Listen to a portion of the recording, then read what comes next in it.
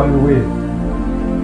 Chers frères auditeurs, auditrices, c'est votre serviteur, révérend docteur Opaïdik Opa, le fondateur de l'Église des domaines des aigles.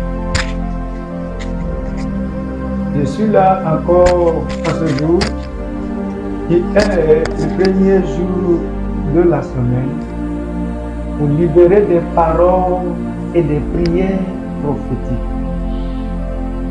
La raison pour laquelle nous faisons cette émission est pour que vous soyez bénis et pour que Dieu puisse opérer des miracles dans votre vie et pour que Dieu soit glorifié à travers de cette émission. C'est pour que vous puissiez donner votre témoignage. Comment Dieu a utilisé cette émission pour vous visiter, pour vous transformer. La distance n'est pas une barrière.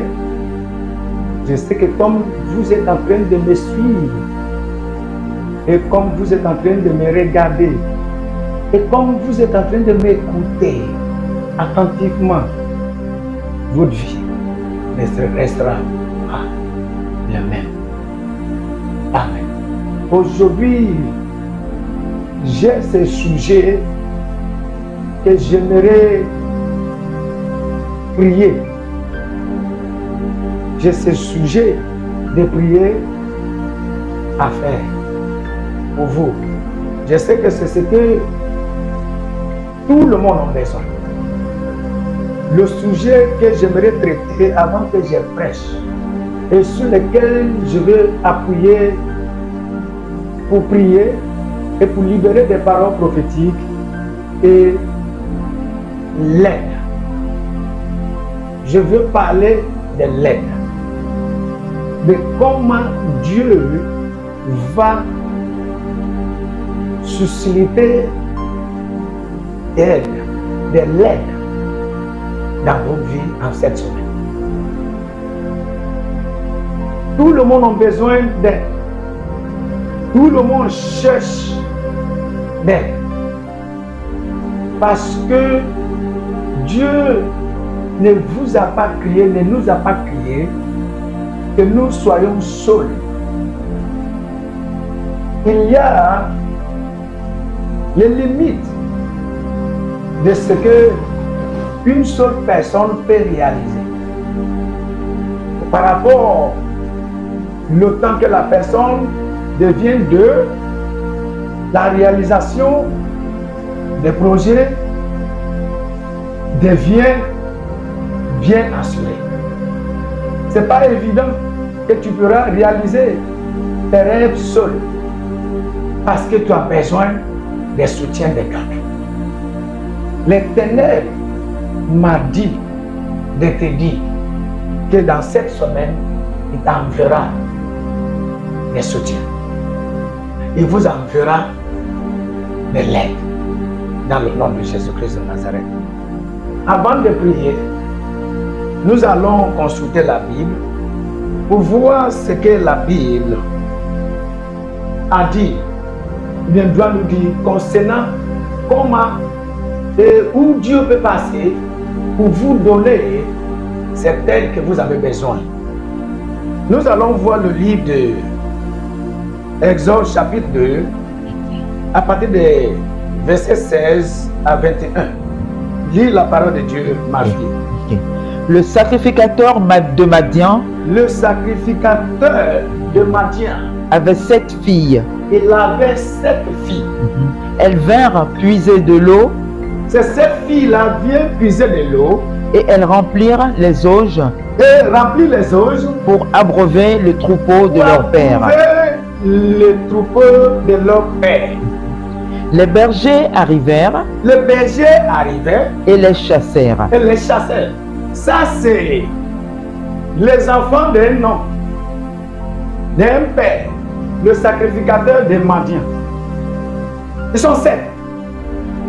Mais le monsieur n'a pas un garçon comme enfant. Mais il a 7 filles. Mais j'aimerais que vous sachiez qu'il y a des travails qui est réservé aux hommes. Aussi, il y a des travails qui est réservé aux femmes. Dans l'absence d'avoir un homme dans la famille, les femmes seront obligées de faire le travail réservé aux hommes. Mais la Bible nous a dit que c'est cette fille vient puiser l'eau. Qu'est-ce qui s'est passé? Les bergers arrivèrent. Les bergers que je considère comme les bandits. Et les chassèrent. Et les chassèrent. Allez-y. Alors Moïse se leva, prit leur défense, et fit boire leur troupeau. Amen. Amen. Ce que je veux que vous sachiez est que leur père, le sacrificateur de Madian, ne savait pas qu'il y a quelqu'un que Dieu a mis sur le chemin pour leur faire sortir de ce qu'ils vivaient tous les jours. Nous allons voir l'exclamation de cet homme dans le verset suivant. Allez-y. Quand elles furent de retour auprès de Réuel, leur père, quand ses fils sont retournés auprès de lui, il dit, pourquoi revenez-vous si tôt aujourd'hui? Pourquoi revenez-vous si tôt aujourd'hui? C'est-à-dire, ces filles-là avaient de l'habitude de retourner tard. Parce qu'ils n'avaient pas quelqu'un pour l'aider. Ils n'avaient pas quelqu'un pour les défendre. Quand les bergers se lèvent pour les attaquer, pour les oppresser. Mais leur père leur a dit, pourquoi avez-vous retourné aussi tôt aujourd'hui?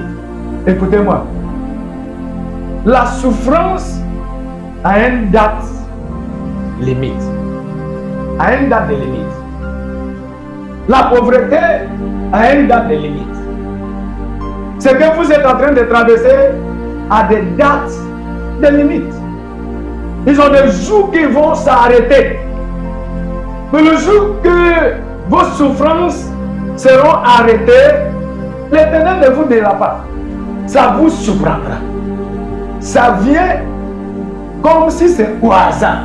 Mais Dieu ne fait rien au hasard. J'aimerais que vous sachiez que ce que vous êtes en train d'écouter aujourd'hui ne vous vient pas au hasard. Amen. Lis. Elles répondirent. Un Égyptien nous a délivrés. Un Égyptien nous a délivrés de la main des bergers. De la main de bergers. Et même il nous a puisé de l'eau. Il nous a puisé de l'eau. Et a fait boire le troupeau. Écoutez-moi. Cette semaine, la faveur sera vos partages. En cette semaine, je vois l'Éternel qui est en train de susciter de l'aide pour vous. Je vois la main de Dieu qui est en train d'envoyer sur vos chemins les bienfaiteurs de vos destins. Les bienfaiteurs qui vont venir s'asseoir dans votre maison, dans votre vie. Les bienfaiteurs qui vont venir pour vous aider à faire de ce que vous n'arrivez pas à faire auparavant. Les bienfaiteurs qui vont venir prendre vos défenses. Les bienfaiteurs qui vont venir pour vous aider à réaliser vos projets. Je prophétise que cette semaine, les portes qui étaient fermées contre vous seront ouvertes. À partir d'aujourd'hui, en sortant de vos maisons, je décrète, vous allez rencontrer des païens que l'Éternel passera par eux pour vous aider. Cette semaine, vous ne allez pas pleurer. Vous ne pleurerez pas en cette semaine. Au contraire, vous serez dans la joie. Vous allez toucher de l'argent. Je vois quelqu'un qui est en train de te remettre de l'argent. Je vois quelqu'un qui est en train de t'appeler pour lui dire, pour lui donner le numéro de ton compte, pour qu'il puisse verser de l'argent, pour qu'il puisse vous aider. Je suis en train de voir certains qui est en train de vous appeler pour vous demander combien que vous avez besoin pour démarrer vos activités. Toi qui dois les gens, tu dois les gens, tu es endetté. Attends, je vois la main de l'Éternel qui est en train d'envoyer sur ton chemin quelqu'un qui viendra pour t'aider à payer tout ce que tu dois. L'Éternel ne permettra pas que la honte soit vos partages. Je répète, vous ne verrez pas la honte. La honte ne sera pas vos partages. La honte ne sera pas vos partages. La honte ne sera pas ton partage. Répète après moi. La honte ne sera pas mon partage. L'Éternel ne permettra pas que la honte soit mon partage. En cette semaine, je rencontrerai mon bienfaiteur. En cette semaine, je rencontrerai mon aide. En cette semaine, je recevrai le soutien qui vient des païens. L'Éternel a la capacité d'utiliser n'importe quel moyen pour te visiter, pour te bénir, pour te donner ce que tu cherches. En cette semaine, ma fille, donne-moi le livre de 1 Roi, chapitre 17, lis à partir du verset 1 jusqu'à verset 4. C'est pour vous montrer que Dieu a la capacité de passer par n'importe quel moyen, utiliser n'importe quelle situation pour vous faire sortir de ce que vous êtes en train de traverser. Lis la parole. Élie le Tishbite, l'un des habitants de Galaad, dit à Akab, l'Éternel est vivant. L'Éternel est vivant. Le Dieu d'Israël, dont je suis le serviteur, Il n'y aura ces années ici, ni rosée, ni pluie, sinon à ma parole. Et la parole de l'Éternel fut adressée à Élie. Écoutez, la parole de Dieu. Dis-moi la parole de Dieu. La parole de Dieu. Je répète, la parole de Dieu fut adressée à Élisée. Allez-y. En ces mots. Pars d'ici. Dirige-toi vers l'Orient. Dirige-toi. Si la parole de Dieu dit pars d'ici, c'est-à-dire quand tu sortiras de ta maison, quand tu te lèveras pour sortir demain matin, l'Éternel utilisera les païens, les hommes, les femmes étrangers, les personnes que tu n'as jamais connues pour t'aider, pour vous aider. Lis. Oui. Pars d'ici, dirige-toi vers l'Orient. Cache-toi près du torrent de Kérit, qui est en face du Jourdain. Tu boiras de l'eau du torrent. Et j'ai ordonné au corbeau de te nourrir là. Chers auditeurs auditrices, j'aimerais que vous sachiez que l'Éternel a ordonné des corbeaux pour vous nourrir là où vous êtes, pour vous nourrir, pour vous aider à réaliser vos projets. L'Éternel a la capacité de choisir ce qu'il veut, comment il veut, le chemin à prendre, à utiliser pour t'aider à réaliser tes projets. Je vois certains d'entre vous, l'Esprit de Dieu est en train de me parler, et il y a certains d'entre vous qui ont des bons plans, bons projets, mais vous n'avez pas d'argent pour démarrer ces projets. Il m'a dit de te dire, j'attends le nom Emmanuel, Mission Emmanuel. Il m'a dit, dans cette semaine, il t'enverra des corbeaux. Les corbeaux sont les païens. Ceux-là qui pensent à eux-mêmes. Ceux-là qui sont méchants. Qui ne pensent pas à quelqu'un de ceux qui sont égoïstes. L'Éternel, peux-tu imaginer que l'Éternel peut utiliser le corbeau pour nourrir son serviteur? Si la Bible, la parole de Dieu, nous a dit que l'Éternel a ordonné, je vois même les méchants qui seront sous l'influence de Dieu pour t'aider. Ils seront obligés de venir à ton secours. J'ai atteint le nom Emmanuel d'un homme d'affaires. C'est comme si tout est gâté. Mais l'Éternel m'a dit de te dire que non, il n'a pas encore fini avec toi. Je vois quelqu'un qui est en train de dire, oh, je ne sais pas comment faire pour payer mes loyers. Attends, l'Éternel t'enverra. Et bon, les hommes païens qui vont utiliser leur richesse, leur argent, pour vous faire sortir de ce que vous êtes en train de danser. Croyez-moi, cette semaine vous favorisera. Cette semaine vous favorisera.